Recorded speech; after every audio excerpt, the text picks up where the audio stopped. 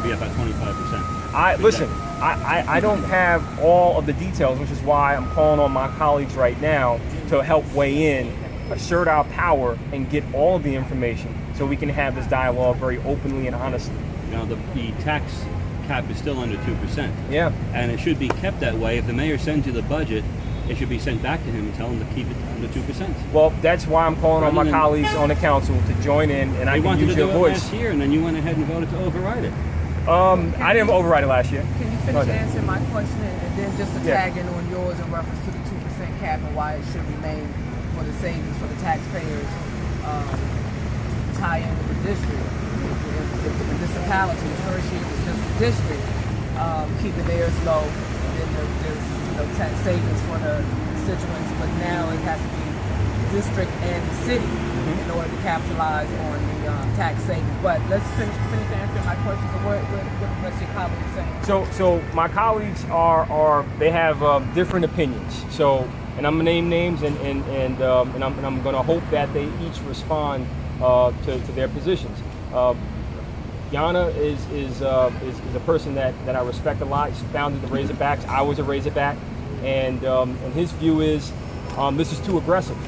And frankly, I think we need to be a lot more aggressive than asking for information. I think we need to hold a lot more public discussion on these types of activities. And as the documents show, it's been 3 years. He's saying that this is too aggressive. Asking for transparency is too aggressive. That's his approach, and that's what he conveyed to me.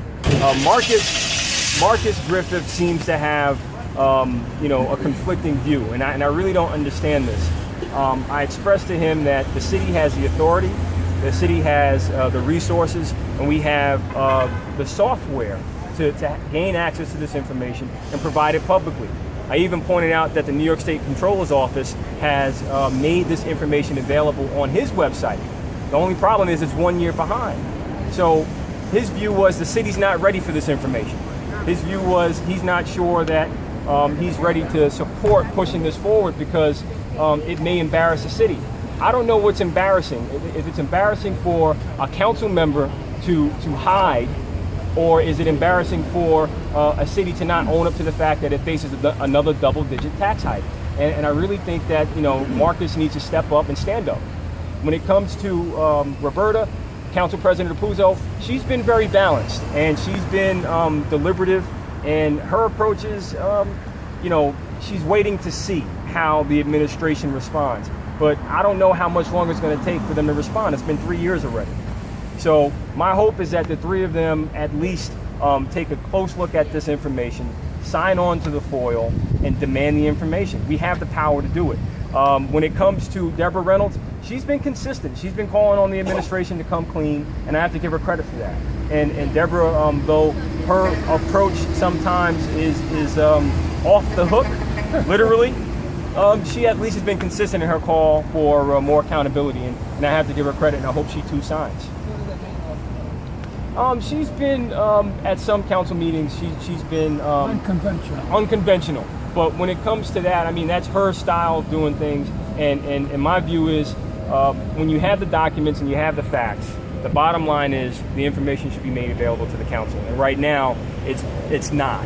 And a lot more transparency is needed, and the council really needs to stick together and get this information for the taxpayer so we can try and address this looming, huge tax hike. So what's the anticipated date via the FOIL laws for which you expect your FOIL to be answered or responded to? Well, I want to say by the middle of September they should respond. But I think the important thing to note is that this original request was made, again, you can go as far back as 2012, but you can also go to June of this year when it was made, again, very clear that this information is needed. And the response that we got from the DPW department was, oh, well, we can't provide this information, everything is confused, we don't do things that way. But frankly, the charter says they're supposed to provide this information, and it's supposed to have it in a certain way, and it's just not available right now. Will you bring up anything about this at the council meeting on Wednesday night? I will bring it up on Wednesday night, and I hope you come to bring it up, and I hope that you call on your neighbors and your friends to come out and echo the call. You have to call in advance to get on the speakers list and make sure that you're on, because the problem is if you come and show up and you're not signed up to speak, you won't be able to speak. Sometimes we make an accommodation when there's very few people there, but this time I really think that everybody's going to need to sign up to speak in advance, and the community's voice needs to be heard on this. The problem in this city is a lot of people feel like their voice is not being heard. Everybody gives up. I've talked to people many times that come to council meetings years ago. They said nobody listens, nobody cares. Right. The council does whatever they want. You know, the classic example of what you're talking about, as you well know, should know, I was at all those meetings that took place.